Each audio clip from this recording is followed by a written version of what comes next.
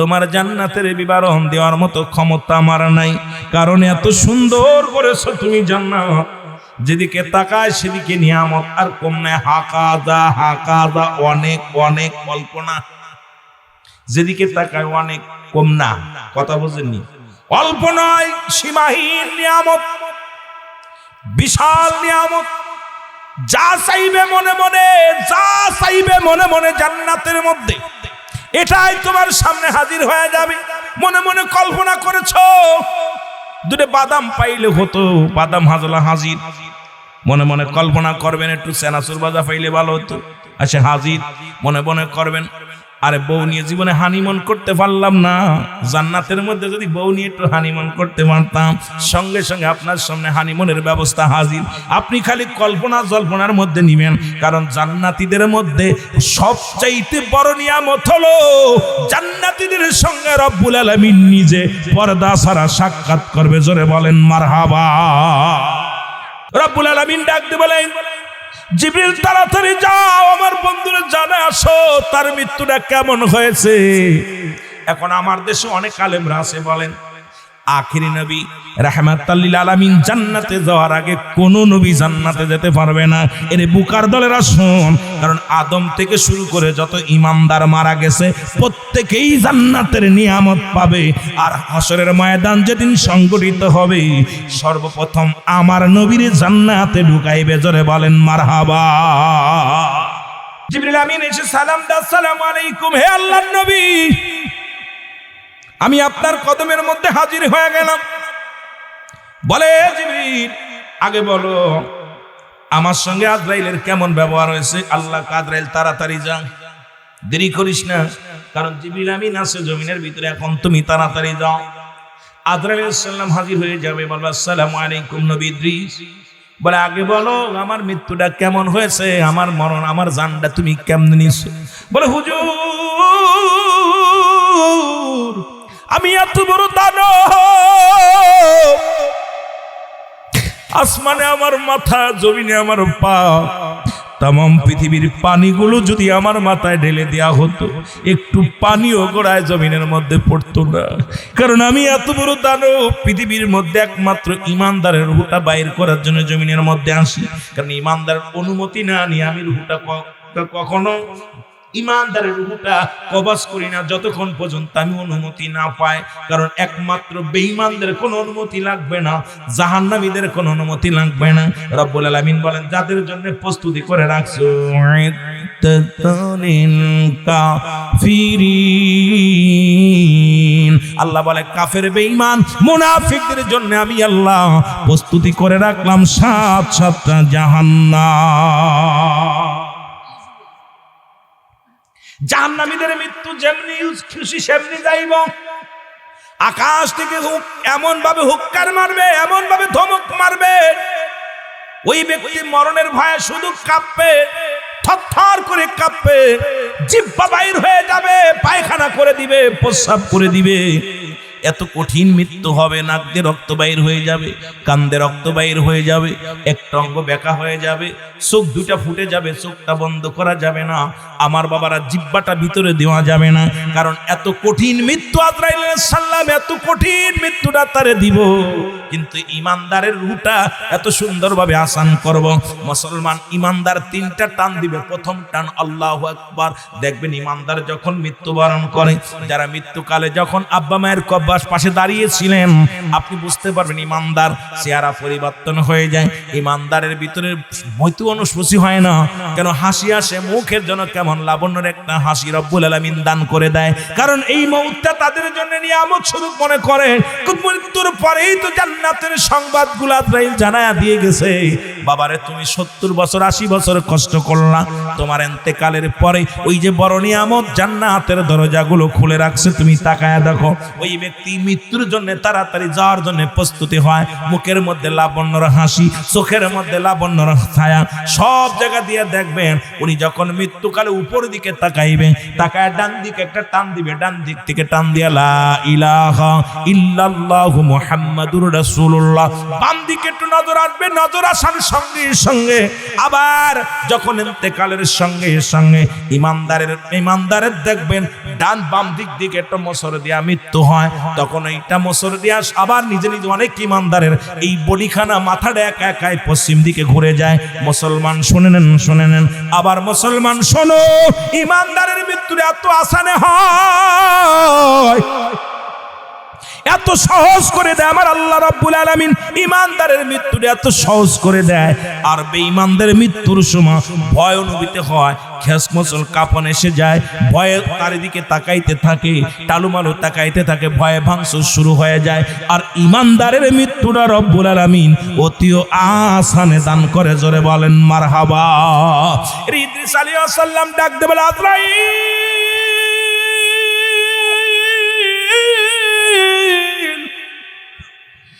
আজরাইল রে, আমার মৃত্যুটা তুমি কেমনে দিছো বলো। বলে হুজুর, আপনার মৃত্যুটা মায়ের বুকে দুধ খাইতে খাইতে সন্তান যেমনি ঘুমিয়ে যায়, আপনার মৃত্যুটা ঠিক সেমনি হয়েছে। যেমন একটা মুসলমান আপনার মাথার উপরে খালি হাত মোবারক রেখেছিলাম, কষ্ট দিই না আপনাকে, এত আসানে আপনার মৃত্যুটা হয়েছে। ইদ্রিস আলাইহিস সালাম একটা চিৎকার দিয়ে বলে আজরাইল, এই মৃত্যুটা যদি এত সহজ, মৃত্যু যদি এত কঠিন হয়, যারা মরণের সময় পায়খানা প্রস্রাব করে দেয় রে আজরাইল, আরে আমি ইদ্রিসের মন বলে আমার দেহ থেকে চামড়াটা শুইলা নিয়ে শুইলা গেছো, আমার মন বলে আমার কলিজাটা বাইর করে ফেলেছো, আমার মন বলে আমার দেহের মধ্যে যন্ত্রণা যাই নাই, আরে আমার মৃত্যু যন্ত্রণায় আমার দেহটা ছটফট করে, এত কষ্ট আমারে দিয়েছে রে মুসলমান। এ আমার ভাইয়েরা, আমার বন্ধুরা, এরে মুসলমান, এই সহজ মৃত্যু যদি এত কঠিন হয়, কঠিন মৃত্যুটা কত কঠিন হবে। জোরে জোরে চিল্লায় বলা যাবে না আল্লাহু আকবার। বাচ্চা সেকেন্দার ডাকতে বলে উজির, আমি বাচ্চা সেকেন্দার যেদিন মারা যাব রে, যেদিন আমার ইন্তেকাল হয়ে যাবে, কাফনের ভিতরে আমারে মোড়াইবি, আমার হাত দুটা কাফনের ভিতরে রাখবি না, এই হাত দুটে কাফনের বাইরে রেখে দিবি। উজির ডাকতে বলে হুজুর, আপনি প্রজাদের কাছে কর আদায় করতেন, এখন মৃত্যুর পরে যদি আপনার হাত দুটি বাইরে রাখা হয়, মানুষ বলবে বাদশা সেকেন্দার ইন্তেকালের পরও মানুষের কাছে কর চায়। বাদশা সেকেন্দার ডাকতে বলে উজির রে, এই দুনিয়ার মধ্যে আমার স্বর্ণের অভাব ছিল না, বাড়ির অভাব ছিল না, গাড়ির অভাব ছিল না, সম্পদের অভাব ছিল না রে উজির। শুনে নাও, এত কিছু থাকার পরেও আমি শূন্যতে এসেছিলাম দুনিয়ার মধ্যে। প্রথম যখন দুনিয়ার মধ্যে আগমন করেছিলাম, আমি কিছু নিয়ে আসতে পারি নাই, শূন্য হাতে এসেছিলাম। আমি বিবেচনা করে হিসাব করে মিলাইলাম, যাবার সময় আমার শূন্য হাতে বিদায় করে দিবা। আমি যে ভুল করলাম, দুনিয়ার টাকা পয়সা পাইয়া, দুনিয়ার ধন সম্পদ পাইয়া আমি যেমনি চললাম, এমনি যেন দুনিয়ার কোন মানুষ না চলে গো। সুতরাং আমার প্রজারা যেন বুঝতে পারে রে, এই দুনিয়ার সম্পদ, এই দুনিয়ার টাকা পয়সা, এই দুনিয়ার ধন দৌলত, এই দুনিয়ার কিছু নিয়ে আমি যেতে পারবো না।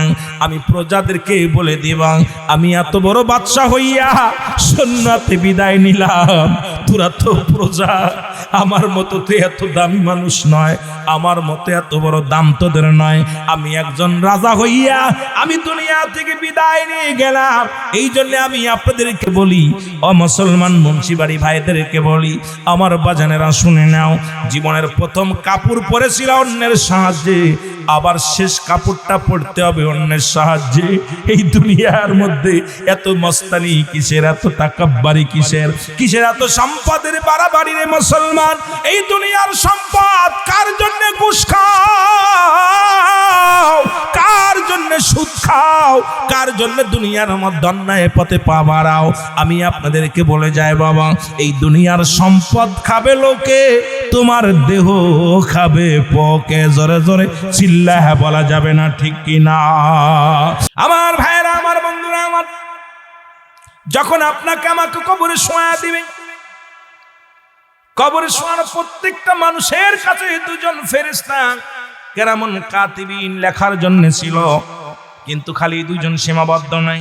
কথা বলার জন্য একজন, দেখার জন্য একজন, খানার জন্য একজন, পানির জন্য একজন, চলার জন্য একজন, সমস্ত অঙ্গ প্রত্যঙ্গ আপনার চলার জন্য, প্রতিটা অঙ্গের জন্য রব্বুল আলামিন এক একজন করে ফেরেশতা নিয়োজিত করেছিল আপনার 3.5 হাত বডির মধ্যে। যখন সবাই বিদায় নিয়ে চলে যাবে, আসসালামু আলাইকুম, আমি পানির দায়িত্ব ছিলাম, আর সারা পৃথিবী ঘুরে আসলাম, একটু পানি পাইলাম না। আসসালামু আলাইকুম রুহুল আমিন সাহেব, বলে কি খবর? আপনার জন্য খাবারের দায়িত্ব ছিলাম আমি, সারা পৃথিবী ঘুরে আসলাম, একটা দানাও আপনার জন্য অবশিষ্ট নাই। আসসালামু আলাইকুম, আপনি কে? বলে আমি দেখার জন্য আপনি দেখতেন, সেই দেখার দৃষ্টি ফেরেশতা। বলে আমি বিদায় নিলাম, সারা পৃথিবী ঘুরে আসলাম, আপনি আর কিছু দেখতে পারবেন না, বলাতে পারবেন না, কইতে পারবেন না, শুনতে পারবেন না। সবাই যেদিন বিদায় হয়ে যাবে, একটা অঙ্গ প্রত্যঙ্গ বডিগুলো, এ মুসলমান শুনে নাও, শুনে নাও, সমস্ত বডির যখন বিদায় হয়ে যাবে, মালাকুল মউত যখন আসবে, আপনার রূহটা পুড়িয়ে যাবে, আপনি দুনিয়ার মধ্যে পড়ে থাকবেন। যখন আপনাকে গোসল করায়া, কাফন পরায়া, জানাজার নামাজ পড়ায়া যখন আপনারে কবরে দিবে, এই কবরের ভিতরে সর্বপ্রথম একজন ফেরেশতা আসবে, তার নাম হলো নোমান ফেরেশতা। জোরে বলেন আল্লাহ। আমরা জানি কবরে শোয়াইলে মুনকার নেকির আইব, মুনকার নেকির আগে আসার আগে একজন ফেরেশতা আসবে, তার নাম হলো নোমান ফেরেশতা। ডাকতে বলবে আসসালামু আলাইকুম, এ সাব্বির মিয়া। ওয়ালাইকুম আসসালাম। ওঠেন, ওঠানোর পর 2টা কাগজ থাকবে হাতের মধ্যে, একটা হলো নেকির কাগজ, একটা হলো বদির কাগজ। হাত দিতে বলবে, এই নাও বান্দা, ওঠে এই কাগজ নাও। উনি দেখবেন উনি 40 বছর 50 বছর কত রাকাত নামাজ পড়েছে, কতটা দান খয়রাত করেছে, কত জায়গা ভালো কর্ম করেছে, যত ভালো ভালো কর্ম করেছে সব আমলটা একটা কাগজের মধ্যে। ডাকতে বলবে, বান্দা আমি তো দুনিয়ার মধ্যে এত ভালো কর্ম করেছিলাম। ফেরেশতা বলবে, তুমি লিখে দাও। যার যার আমল নামা তার লেখা লাগবে। খোদার কসম, ওই জায়গা টিপসই চলবে না, কোনো টিপসই চলবে না। কোন মুসলমান ওদিন যার যার আমল নামা তার লেখা লাগবে। সুতরাং এই দুনিয়ার মধ্যে তো টিপসই চলে, কত না মুসলমান চক্র, আমরা কত না চক্রান্ত করে জাল টিপসই করি, জাল সই করি। ওদিন জাল সই চলবে না, টিপসই চলবে না। যার যার আমল নামা তার লিখে দেওয়া লাগবে। ডাকতে বলবে, বান্দা লেখো। বলবে, আমি লিখবো কেমনে, আমার কাছে কোনো কলম নাই। ডাকতে বলে, বান্দা কলম হলো তোমার ডান হাতের 7 আঙ্গুল মুবারক। জোরে জোরে চিল্লায়া বলা যাবে না আল্লাহ। আমি আপনাদেরকে আজকে পায়ে ধরে বলে যাই, আপনাদের অনুরোধ করে যায়, খবরদারে হাত দিয়া সুদের কারবার করেন না, ঘুষের কারবার করেন না।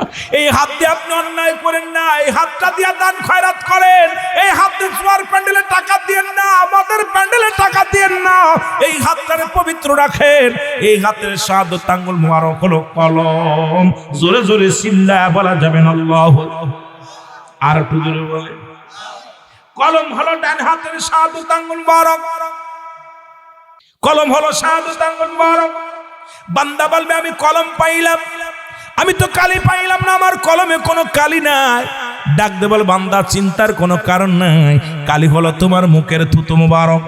মারহাবা বলেন, কি থুতু মুবারক? এই যে আপনার গালের মধ্যে যে থুতু আছে, স্যাপ বলা হয়, এটা হলো আপনার আমার জন্য কালি। এই জন্য আমি অনুরোধ করব, এই মুখটা দিয়ে হারাম বক্ষণ করেন না, মুখটা দিয়ে কাউকে গালি দিয়েন না। এই মুখটা রব্বুল আলামিন মায়ের গর্ভে যখন ছিলেন, মায়ের গর্ভে মায়ের নাভির সঙ্গে আপনার নাভিটা জুড়াইয়া দিছে। আপনার আল্লাহ রব্বুল আলামিনকে ডাকবেন, কোরআনুল কারীম পড়বেন, নবীর মিলাদ পড়বেন, আব্বা মারে ডাকবেন। এত সুন্দর মুখটারে পবিত্র রাখছে। সেই মুখের মধ্যে কেমনে গাঁজাগুলি খান, সেই মুখের মধ্যে কেমনে বিড়ি টান দেন, সেই মুখের মধ্যে কেমনে গাজায় টান দেন, সেই মুখের মধ্যে কেমনে মদে টান দেন। সেই মুখটা দিয়ে আপনি পবিত্র কেন রাখবেন না রে মুসলমান? এই মুখটারে পবিত্র রাখার দরকার আছে কিনা?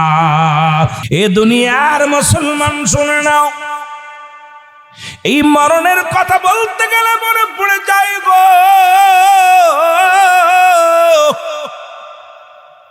পৃথিবীর মধ্যে আদম আলাইহিস সালাম থেকে শুরু করে আখির নবী রাহমাতুল লিল আলামিন পর্যন্ত কত পয়গম্বর, কত নবী, কত গাউস কুতুব, কত আলেম, কত উলামা, কত নাস্তিক, কত মুনাফিক, সবাই দুনিয়া থেকে চলে গেছে রে মুসলমান। কেউ নাই, কেউ নাই, থাকা সম্ভব নয়। একমাত্র স্রষ্টার মৃত্যু নাই, সৃষ্টির মৃত্যু আছে। সৃষ্টিকুলে যা কিছু আছে সব কিছু রব্বি কারীম শেষ করে দিবে। রব্বুল আলামিন এই জন্য বলেন কুল্লু মান আলাইহা ফান। আল্লাহ কয় বান্দারে এই জমিনটা আমি রাখবো না, এই জমিনের মধ্যে যত পানি আছে পানিগুলো পুড়াই আমি ছাই বানায় দিব গো। এই জমিনের মধ্যে যত মাটি আছে মাটিগুলো পুড়িয়ে রব্বুল আলামিন তামা বানায় দিবে। এই জমিনের মধ্যে যা কিছু আছে, কত সাদের বাড়ি বানাইলাম, কত সাদের সুন্দর ঘর করলারে মানুষ, কত মানুষকে ঠগাইলাম, কত মানুষের মুসলমান ওই ডিপজালের মতো, কত মানুষ তার বোনের ওয়ারিশ ফাঁকি দিলাম। আজ তো দেখলাম নেটের মধ্যে কয়টা বোন চোখের পানি ছেড়ে দেশ বিদেশের মানুষের কাছে বিচারের দাবি করে। আইরে মুসলমান, সম্পদ দিয়ে কেউ কবরে যেতে পারে না রে। ফিরাউন, নমরুদ, কারুন যারা দুনিয়ার মধ্যে খোদাই দাবি করেছিল, এরাও কিন্তু কবরের জগতে শুয়ে গেছে। সুতরাং কিচ্ছু নিয়ে যেতে পারবে না। আল্লাহ কয় বান্দারে যেদিন কিচ্ছু বলতে কিচ্ছু থাকবে না, এই জমিনটা আমি রাখবো না, এই জমিনের মাটিগুলো পুড়ে আমি তামা বানায় দিব। কত মানুষের ফাঁকি দিলা, পরের জমি দখল করে নিলাম। কত না মুসলমান শুনে নাও, কত মানুষের এতিমের মাল হরণ করলাম। এই দুনিয়ার মধ্যে কতই না কতই বাটপারি করলাম, কত মানুষের ঘর দখল করে নিলাম, জমি দখল করে নিলাম, বাড়ি দখল করে নিলাম। কত মানুষ মুসলমান শুনে নাও, ওই লাঙ্গল বাইতে গেলে হালটা বেঁকা করে কত আল সুজা করে নিলাম। কিন্তু মুসলমান নিয়া কি করছো? দুনিয়ার মধ্যে সব কিছু পড়ে থাকবে। রব্বুল আলামিন ডাকতে বলেন বান্দারে সব কিছু আমি চূর্ণ বিচ্ছিন্ন করে দিব, এই জমিনটা পুরো আমি তামা বানায়া দিব।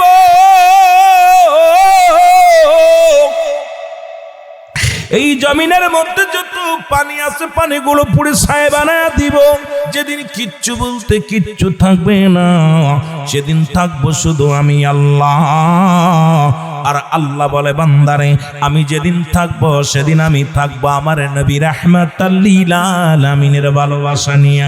আর নবী বলেন হায়াতে খায়রুল লাকুম, আমার হায়াতের জিন্দেগিটা উম্মতের জন্য কল্যাণ স্বরূপ। কারণ এই জন্য যে উম্মত নবীর প্রেমী কবরে মুসলমান শুনে নাও, দুনিয়ার মধ্যে যে উম্মতিরা নবীর ভালোবাসার মধ্যে ডুববে, এই উম্মতি হলো শ্রেষ্ঠ উম্মত যারা আল্লাহ আল্লাহ রাসূলের বিধান মেনে চলবে। জোরে জোরে চিল্লায়া বলা যাবে না মারহাবা, আর একটু জোরে জোরে চিল্লায়া বলা যাবে না মারহাবা। রব্বুল আলামিন থাকবে কার ভালোবাসা নিয়া? নবীজির ভালোবাসা নিয়া। এ বাঙ্গুরার যুবকেরা শোনো, রাসূল থাকবে, আমার আল্লাহ থাকবে নবীর ভালোবাসা নিয়া। আবার নবীজি দুনিয়া থেকে বিদায় নিলেন উম্মতের ভালোবাসার জন্য।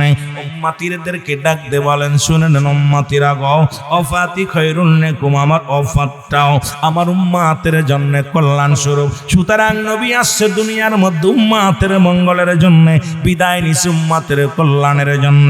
সুতরাং সেই নবীর অনুকরণ করো, আল্লাহর গোলামি করো। যদি মরণটা সহজ করতে চাও, যদি মরণটা কবরটা যদি ভালো করতে চাও, হাসরের ময়দান তুমি যদি খাড়া হইতে না চাও, ওই আল্লাহর জান্নাতে যেতে চাও, ঈমান নিয়ে কবরে যাও, বেঈমান হয়ে কবরে যেও না। জোরে জোরে চিল্লায় বলা যাবে না আল্লাহু আকবার।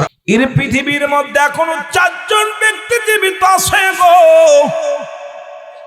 যাদের আল্লাহ বড় পাওয়ার দিয়েছে, ক্ষমতা দিয়েছে। তাদের মধ্যে একজন যিনি আছেন পানির দায়িত্ব হযরত খিজির আলাইহিস সালাম, একজন আছে পাহাড়ের দায়িত্ব যার নাম হলো হযরত ইলিয়াস আলাইহিস সালাম, একজন আছে মুসলমান শুনে নাও যিনি আমার নবীর উম্মত হইয়া এই দুনিয়ার মধ্যে আগমন করবেন, তিনার নাম হলো হযরত ঈসা আলাইহিস সালাম।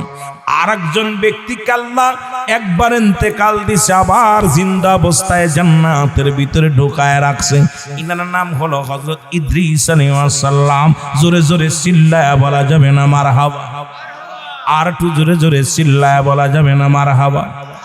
এই ইদ্রিস আলাইহিস সালাম একবার নয়, দুবার নয়, কথাগুলো বলতে যা মনে পড়ে যায়। উনি পৃথিবীর মধ্যে মেহমান ছাড়া কোনোদিন খানা খাইতেন না। এমন একজন মানুষ ছিল গো, মেহমান না পাইলে, যেদিন মেহমান পাইতেন না সেদিন আর খানা খাইতেন না। মেহমান পাইলে খানা খাইতেন, মেহমানরে না খাওয়ায় উনি খাইতেন না। আমরা মেহমান পালি ভয় পাই, কারণ মুসা আলাইহিস সালাম জিগাইল আমার আল্লাহর দরবারে, আমার আল্লাহ তুমি যখন বান্দা বান্দির উপরে বেশি খুশি হয়ে যাও, রাজি হয়ে যাও, তখন তুমি ওই বান্দার ঘরে কি দান করো গো আমার আল্লাহ? আল্লাহ কয় মহল্লার মধ্যে বেশি পানি নামায়া দিই, বৃষ্টি নামায়া দিই। যে মহল্লা, যে জিলা, যে বিভাগ, যে মহল্লাটা আমি বেশি পছন্দ করি। আর যারা আমার আল্লাহর পাক আমি গোলামের, আমি ওই গোলামগুলো আমি আল্লাহর প্রতি নত শুরু হয়ে যায়, যখন আমার গোলামি করে আমি আল্লাহ খুশি হইয়া ওই মহল্লার উপরে বেশি বেশি বৃষ্টি বর্ষণ করি। নাম্বার 2 বলে আমার আল্লাহ, ও আমার আল্লাহ এরপরে যদি বেশি, তারপরে কাদের ভালোবাসো আল্লাহ, কি নিয়ামত দান করো। রব্বুল আলামিন ডাক দে কয় নবী মুসা শোনো, এরপরে যখন কোনো বান্দা বান্দের উপরে আমি বেশি খুশি হয়ে যাই, ওই বাড়ি ওই ঘরের মধ্যে আমি বেশি বেশি মেহমান পাঠায়া দিই। কিন্তু আমরা মেহমান পাইলে বড় মুশকিল, আমাদের মনটা বেজার হয়ে যায়। কোনো বেজার হওয়ার কারণ নয় মুসলমান, শুনে নাও, রব্বুল আলামিন খুশি হইলে মেহমান পাঠায়া দেয়। সুতরাং মেহমান পাইলে যে ব্যক্তি আলহামদুলিল্লাহ বলে বুকে টান দেয় নেয়, যে ব্যক্তি আলহামদুলিল্লাহ নিয়ামত হিসেবে কবুল করে নেয়, রব্বুল আলামিন তার রিজিকের মধ্যে বরকত দান করে দেয়। জোরে বলা যাবে না মারহাবা? এর রব্বুল আলামিনের দরবারে মুসা আলাইহিস সালাম দেখতে কয় রব্বুল আলামিন, এরপরে আপনি যখন তার চাইতে বেশি, সবচেয়ে বেশি যখন কোন বান্দা বান্দির উপরে খুশি হন, কি নিয়ামত দান করেন গো আমার আল্লাহ? আল্লাহ কয় ঘরের মধ্যে, বাড়ির মধ্যে, ওই বংশের মধ্যে বেশি বেশি কন্যা সন্তান দান করি। জোরে বলেন মা। এখন অনেকেই কয় হুজুরের খালি মেয়ে হয়, আমি কই হুজুররা তো বেশি আল্লাহরে ডর করে। জোরে বলেন ঠিক কি না? আগামীকাল সূর্যোদয় হবে বলতে পারি না, রাত্র মারা যেতে পারি।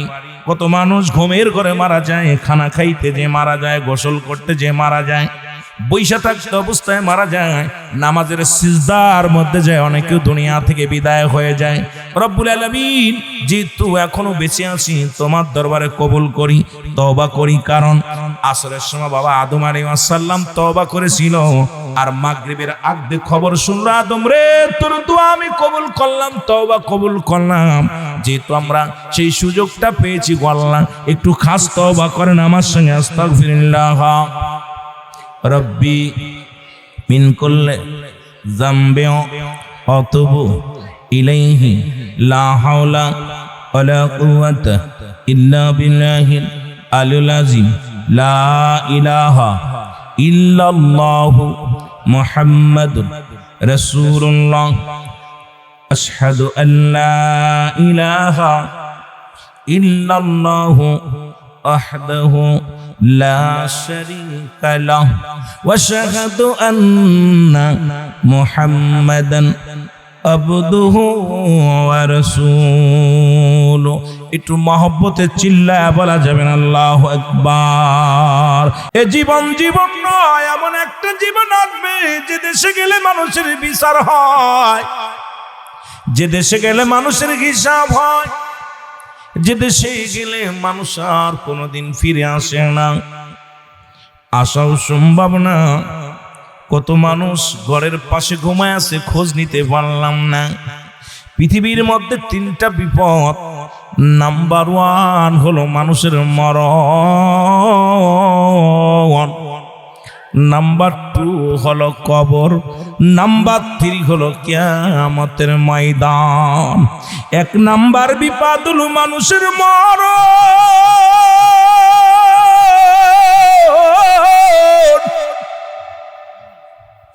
আল্লামা মুফতি আমজাদ আলী সাহেব একটা কিতাব লেখলেন, কিতাবের নাম্বার শরিয়াত।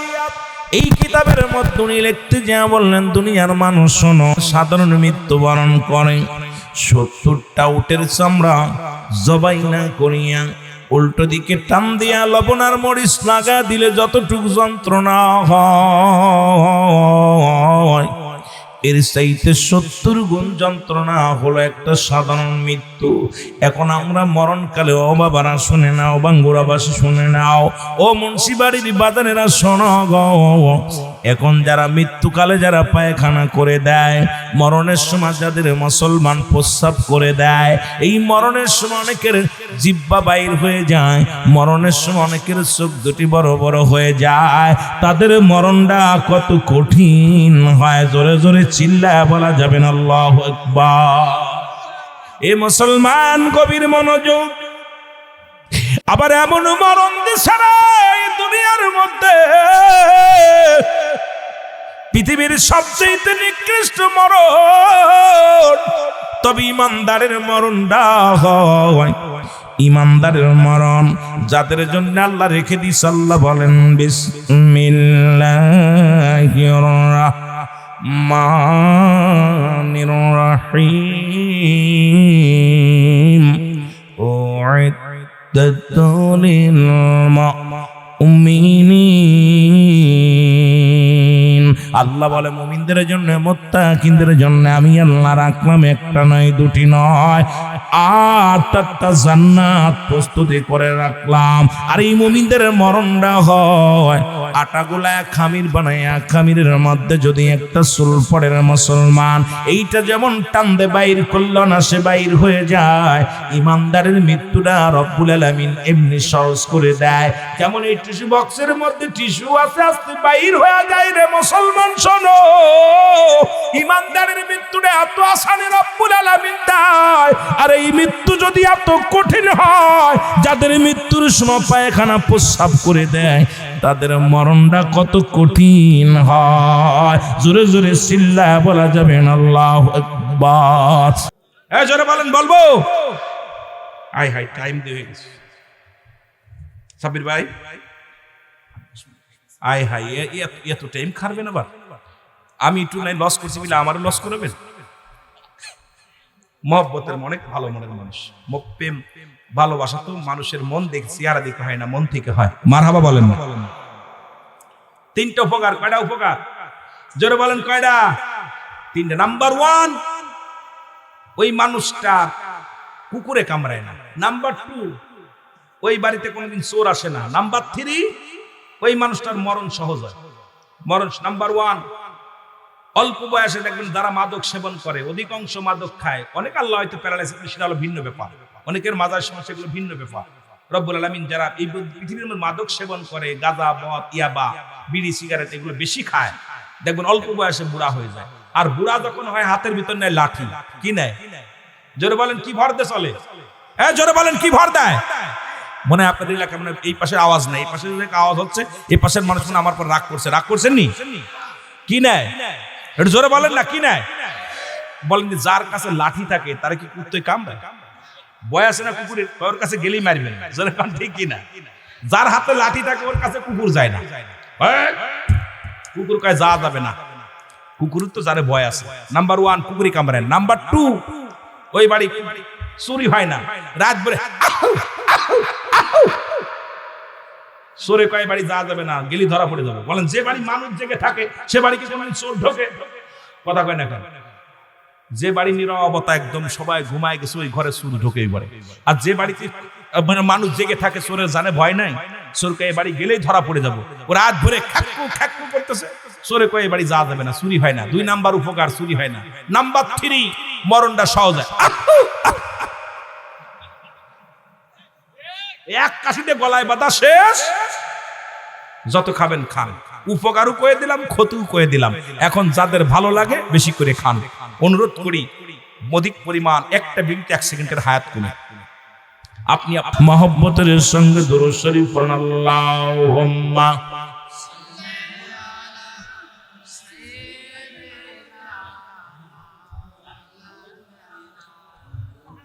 ওয়ালা আলি।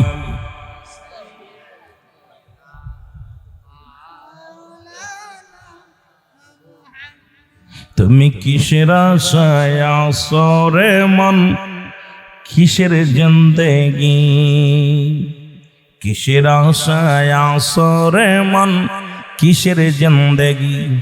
কবর হবে আসল ভুবন, কবর হবে আসল ভুবন, ভাবছনি তুমি একদিন কবর হবে আসল জীবন, ভাবছনি জীবন। কিসের জিন্দেগি রে মানব, কিসের বন্দেগি তোমার, কিসের জিন্দেগি রে মানুষ, কিসের বন্দেগি। রং তামাশা করে তুমি কাটাইলা ভবে, কন্দিন আসিবে আয়রে অন্ধকার কবর যে, কন্দিন আসিবে আয়রে মালাকুল মাউত যে। ওরে হবে সেদিন কেউ না সাথী, হবে সেদিন কেউ না সাথী, থাকবে কেমনি তুমি কিসেরই এই ভুবন রে মানুষ, কিসেরই জীবন। কিসের আশায় কাটাইলা বন্ধু সাদেরই জীবন, কিসের আশায় কাটাইলা বন্ধু সাদেরই জীবন। জোরে জোরে চিল্লায়া বলা যাবে না আল্লাহু আকবার। কি আলাম হবে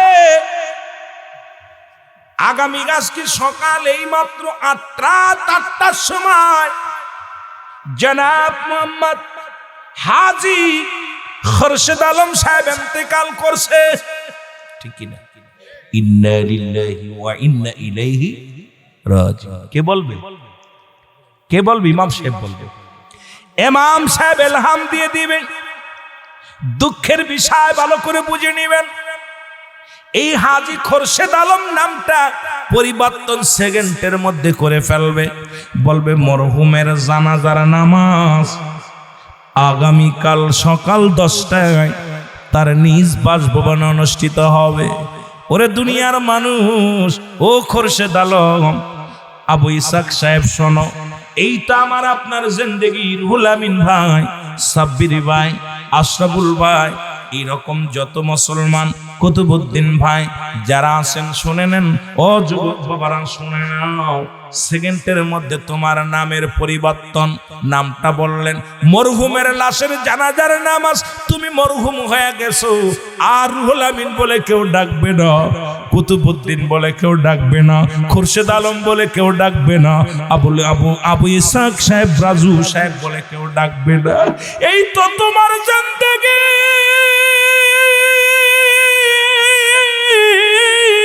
সেকেন্ডের মধ্যে তোমার নামটা যদি পরিবর্তন হয়ে যায়, কার জন্য সুদ খাবা, কার জন্য ঘুষ খাবা, কার জন্য জিনা ব্যভিচার করবা, কার জন্য তুমি নামাজ ছেড়ে দিবা, কার জন্য তুমি হারাম খাবা, একবার চিন্তা করে দেখো। সেকেন্ডের মধ্যে নামটা যদি পরিবর্তন হয়ে যায়, তাহলে আপনার আমার জিন্দেগি কি উপায় হবে? ওই 3.5 হাত গর্তের মধ্যে যাইয়া একবার চিন্তা করার দরকার আছে কি না।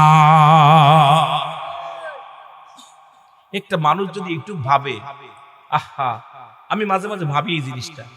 দেখেন না, বললো নামটা বললো যে অমকের ছেলে অমক ইন্তেকাল করছে, অমকের আব্বা ইন্তেকাল করছে, বা অমক মোল্লা সাহেব ইন্তেকাল করছে, হাজী সাহেব ইন্তেকাল করছে। মরহুমের জানাজা, আর হাজী মরহুমের জানাজার নামাজ বলে কি হাজী সাহেবের জানাজা? আপনাকে লেখা বলে কেউ বলে। এইটা হলো আমার জিন্দেগি, আপনার জিন্দেগি। এইটা যদি কোনো মানুষের ভিতরে একটু মেমোরিতে নেয়, একটু যদি হৃদয়ের ভিতরে একটু ও কি ভাইরা উপলব্ধি করতে পারে যে হারে এই মাইকেল হাম দিতে দিতে খালি সেকেন্ড নামটা বলা পর পরই দ্বিতীয় নামটা বললো মরহুম। কি বলছে? মরহুমা, মরহুম। আহা, মরহুমার জানাজা, মরহুমের জানাজা। মহিলা হলে মরহুমা, আর পুরুষ হইলে মরহুম। কি দুঃখের বিষয় যে সেকেন্ডের ভিতর আপনার নাম পরিবর্তন করলো আপনার ছেলে। ছেলে কয় লাশটা আমার, লাশটা তাড়াতাড়ি নদৌ। বউ কবে তাড়াতাড়ি লাশটা বিদায় করে। গ্রামবাসী সবাই লাশ বলবে, কেউ বলবে না রুহুল আমিনের বিদায় করো, বলবে ভাই ইমাম সাহেবের বিদায় করো, বলবে কেউ মুয়াজ্জিন সাহেবের বিদায় করো। এই জিনিসটা কোন মানুষের ভিতরে যখন ঢুকে যাবে, এই মানুষটা কি করে সুদ খায়, কি করে ঘুষ খায়, কি করে সমাজ নামাজ ছেড়ে দিতে পারে। আমার মন বলে যদি এই চিন্তাটা বেশি, দুইটা চিন্তা করবেন। একটা হলো জীবনে প্রথম কাপড় পরেছেন মানুষের সাহায্যে, জীবনের শেষ কাপড় পরিধান করবেন অন্যের সাহায্যে, ঠিক না? যার যার কাপড় সে পরে কবরে যাবেন নি? কে কে আছেন যার যার কাপড় পরবেন? কথা কন। হাজিরা এরহামবাদে যখন হাজিরা নিজের কাপড় নিজে পরে, কিন্তু এই কাপড়গুলো নিয়ে আসে মরার পরে আবার হাজিরে গোসল করায়, গোসল করে আবার কাপড় পরের হাতে পরায়। ওই কাপড় থাকে না। হাজিরা যারা এদেই আপনার যে সমস্ত হাজিরা মৃত্যুবরণ করে মদিনায় হজ করতে যায়, এরহামবাদে একবারে যে মৃত্যুর কাপড় একবার জানাজার পরার নিজের প্রস্তুতি থাকে, তারপরও ইন্তেকাল করার পর ওই কাপড় খোলে, খুইলা এরপরে গোসল দিয়ে আবার ওইটার আবার পরায়। তাহলে বোঝা গেল একমাত্র শহীদের গোসল। তবে শহীদের গায়ের কাপড় আমি তা দেখি নাই কখনো, এই জন্য বলতে পারি না। তো শহীদের লাশ, শহীদের গোসল করানো হয় না। তবে শহীদের গায়ের কাপড় মনে রক্ত অবস্থায়, এই অবস্থায় মনে হয় রব্বুল আলামিনের দরবারে পৌঁছায় দেয়, হয়তো দাফনের কাফনের ভিতরে দিয়ে। তবে কাফনের কাপড়টা এটাও অন্যের সাহায্যে, জোরে বলেন ঠিক কিনা? কথা কয় না, না ল্যাংটা করে দিয়ে দেয়। শহীদের রক্ত মাখা কাপড়ের মধ্যে, সাদা কাপড়ের মধ্যে মুড়াইয়া বিদায় করে দেয়। তে হলো আপনার আমার জীবন। দুইটা জিনিস খেয়াল রাখবেন। আর একটা হলো এই দুনিয়ার সম্পদ গড়েছেন, দেখেন না আপনার বাবা থুয়ে গেছে, খাচ্ছেন আপনি, আপনি থুয়ে দেবেন, আপনার ছেলে খাবে। কথা কয় না রে? কে খাচ্ছে? এটা গান গায় এলাকার মধ্যে, বাড়িওয়ালা নাই রে বাড়ি, নাই রে দুনিয়াতে, জোরে বলেন ঠিক কি? বাড়িওয়ালা নাই রে বাড়ি, নাই রে দুনিয়াতে। কথাটা তো খারাপ হয় না? বাড়িওয়ালা বাড়ি নাই, দুনিয়াতেও নাই, বাড়ি ঠিকই আছে, জোরে বলেন ঠিক কি না? একটা ওয়াজ কুল্লু মান আলাইহা ফান, সব শেষ করে দিবে কে? বিশ্বাস হয় কার কার? কার কার বিশ্বাস হয়? এত সময় লাগলো হাত উঠাইতে? আহা, আরে জোরে হাত উঠান, জোরে। শেষ করে দিব কে?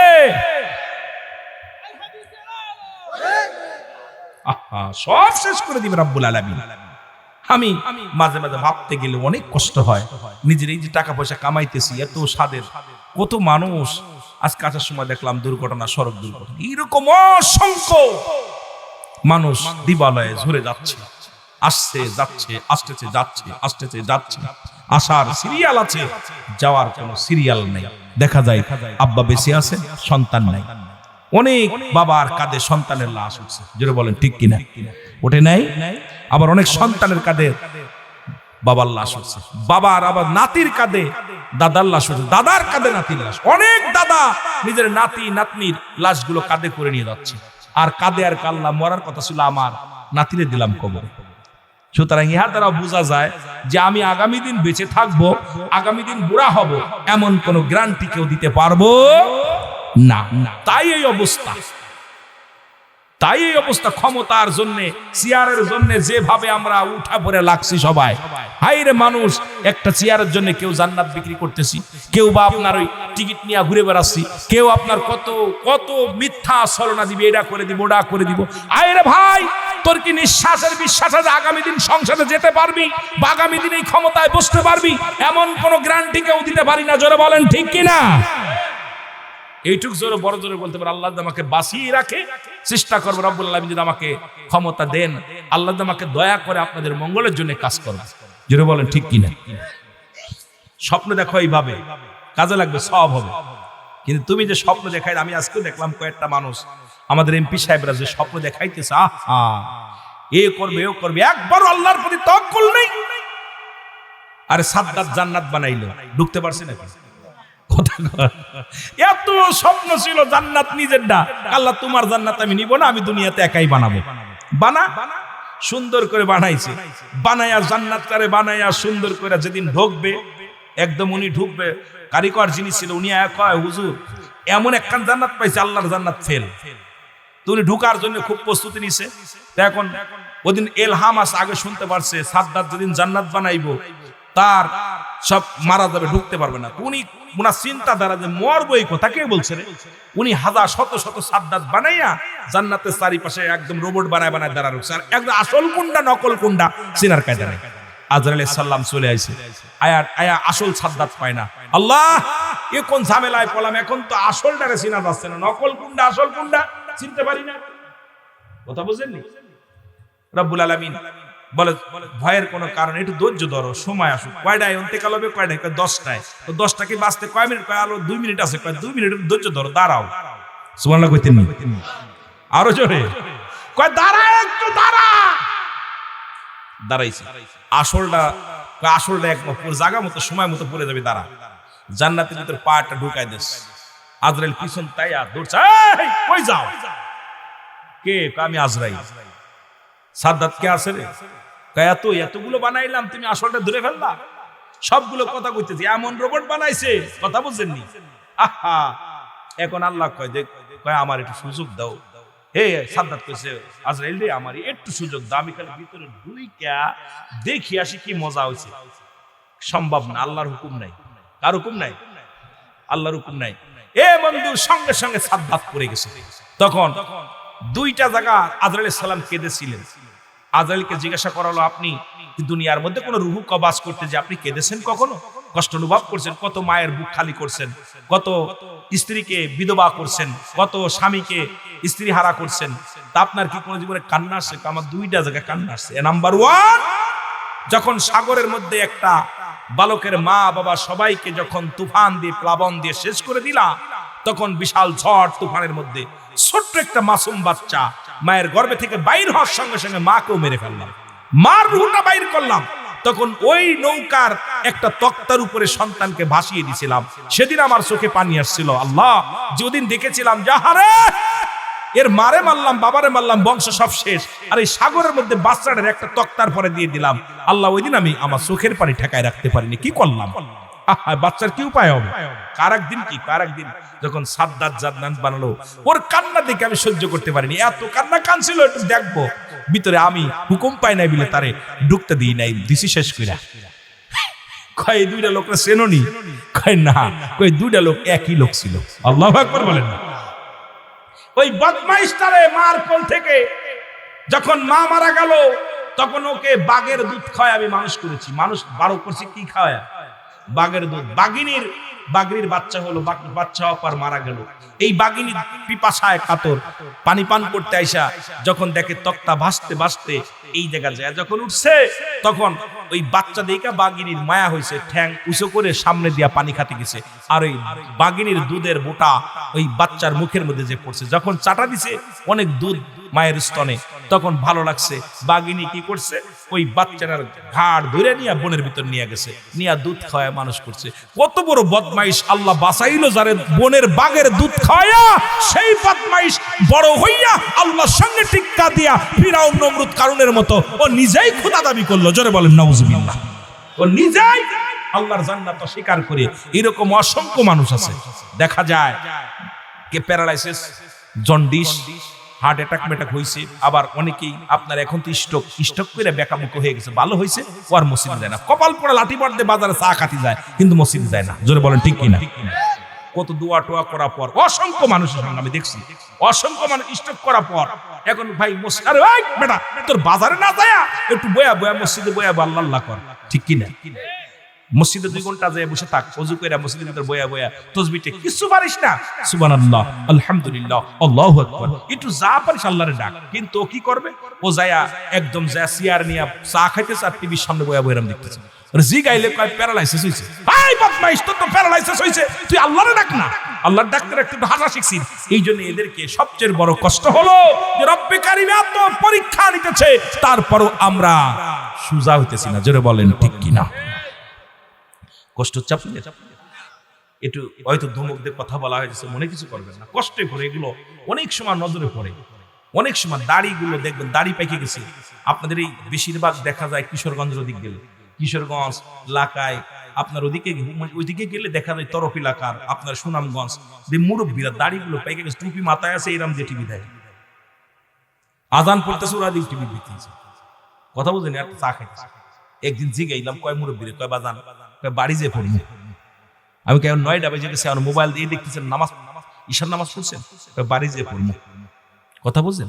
আহা, মানুষের মরণের যদি চিন্তা থাকতো তো এই মানুষগুলো এত বড় অন্যায় করতে পারতো না। জোরে বলেন ঠিক কিনা?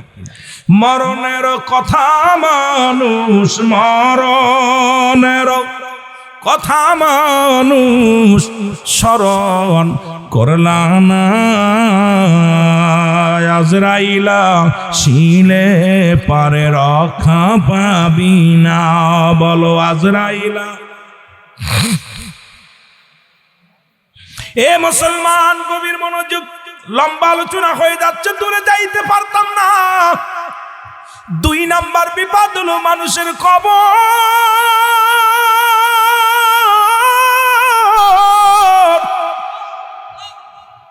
এই কবর বলতে বোঝায় মানুষের মৃত্যুর পর থেকে শুরু করে কিয়ামত পর্যন্ত জগৎটাকে বলা হয় কবরের জগৎ।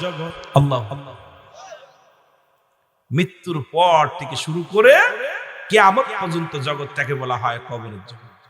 এখন আমরা মনে করি কবর মনে হয় ওই যারা ওই খালি মসজিদের আশপাশে দিলে ওইটাই মনে হয় কবর মনে করি। না বাবা, মৃত্যুর পর শুরু হয়ে গেছে। তারা হিন্দুরা পুড়ায় দিতেছে, মনে করছেন ভস্য করে দিতেছে, একদম হরি হরি বল একদম শেষ করতেছে। কথা বুঝছেন? একদম মাথায় একটা বাড়ি মাইরা পুড়ায়া, আগুন দিয়ে পুড়ায়া দিতেছে, মনে স্বর্গে চলে যাচ্ছে। আরে এত সহজেই পুড়াইবি, কি পুড়াইবি? একজন কবরের ভয়ে, কবরের বউ সালেহ সাল্লামের জামানে একজন কবরের ভয়ে উনি কইছে, আমারে একটা কাজ করবা, আমি মারা গেলে আমার কবর না দিয়ে আগুন দিয়ে পুরাইয়া ছাই বানাবা, ছাই বানায়া অর্ধেক ছাই সাগরে ফেলে দিবা, অর্ধেক ছাই দুনিয়ার জোর জঙ্গলের মধ্যে ফেলে দিবা, যাতে খুঁজে না পায় ছাইটা। আল্লাহ ছাই পালি এক জায়গাতে মানুষ বানাইবো, আবার ওইটা করতে পারবা না। কথা বুঝেন? উনি ইন্তেকালের পরে ছেলেরা একই ওনার ওই ওসিয়াত পালন করছে। পালন করার পর রব্বুল আলামিন কইছে, এই তাড়াতাড়ি যা ছাইগুলো এক কর। এই যুগ কইরা ওনারা জিগেইছে, কয় এই কথা বলছে কেন? তা কইছে, আল্লাহ আমি এই কথা বলছিলাম, শুনছি আলেম ওলামা ওয়াজ করছে কবরে খুব ভয়ঙ্কর আযাব হবে, এই জন্য যাতে কবরে আমার ধরতে না পারে, এই জন্য ভয়ে, কবরের ভয়ে আমি, আমার রব্বুল আলামিন কয় যেহেতু কবরের ভয় অন্তরের ভিতর ঢুকছে, ওকে মাফ করে দে। সুবহানাল্লাহ বলেন না? কবরের ভয় আমাদের ভিতর নাই, বর্তমান জামানায় কবরের ভয় নেই।